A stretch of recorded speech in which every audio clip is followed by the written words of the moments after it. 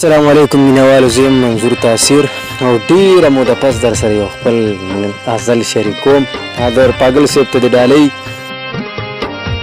ترنم مې چېرته نه دی کړی، خو ترنم کې درته ویمه چې وي رورو دې کتل کول، سترګو دې خاندل کول، زه دې لیونې کمه داسې دې سیزل کول.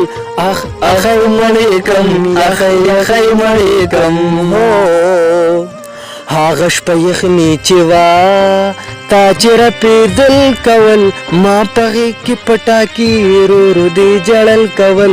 اخ اخی مړې کړم، یخی یخی مړې کړم. هو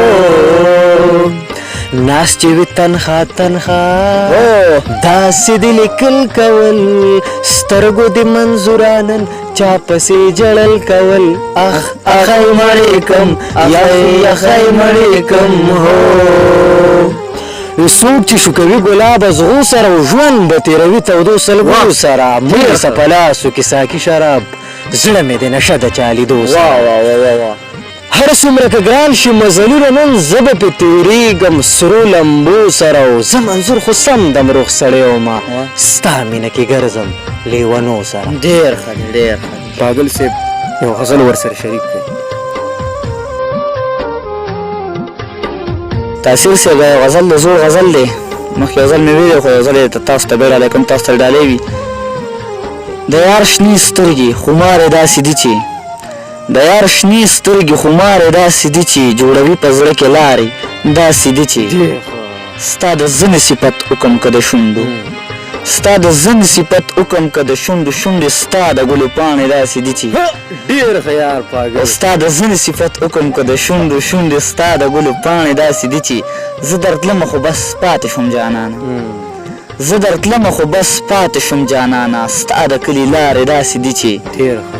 او چاته وویل د رقیب خواته به څنګه ورځم، چاته وویل د رقیب خواته به څنګه ورځم، د نادر سترګې به ډارې داسې دي چې ډېر ښه وایي نادر پاګل صاحب. شاد لیلا چې سره ډولۍ ته ورختله غلي غلي، واه لیلا چې سره ډولۍ ته ورختله غلي غلي، په سترګو یې ژړا وجړېدله غلي غلي. واه واه واه په کومه شپه چې یاره ته زمانه بیا لیدلې، په کومه شپه چې په کومه شپه چې یاره ته زمانه بیا لیدلې، په هغه شپه مې یاره ساه ختله غلي غلي. واه نن مې هغه لیلا لاړه د بل خواته، نن مې هغه لیلا لاړه د بل خواته، د بام په سر چې ما ته خاندېدله غلي غلي. واه چې رقیب راته د مینې پیغور راکړو، یا خوله د زنکدن مې څڅېدله. دا یو ځل بیا ووایه.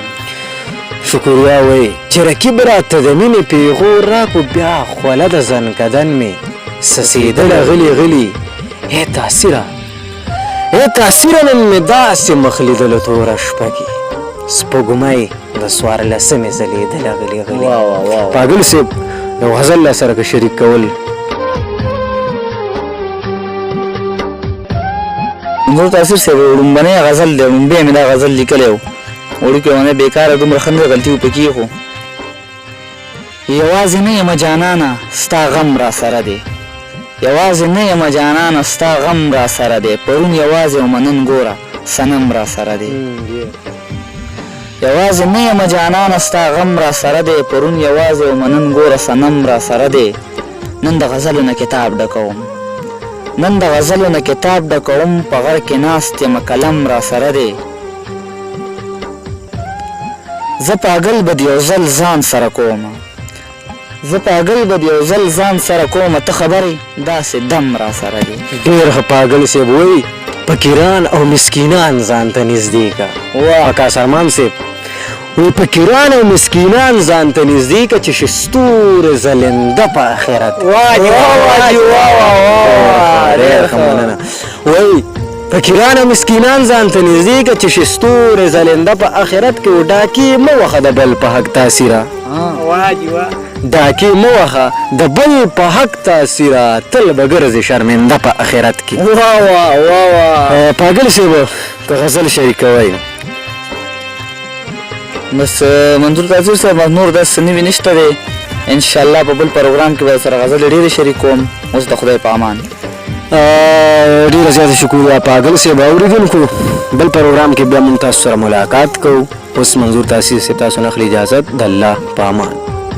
अगर आप इस चैनल को सब्सक्राइब नहीं किए हैं तो प्लीज सब्सक्राइब जरूर करें और बेल बटन घंटी को दबाना ना भूलें।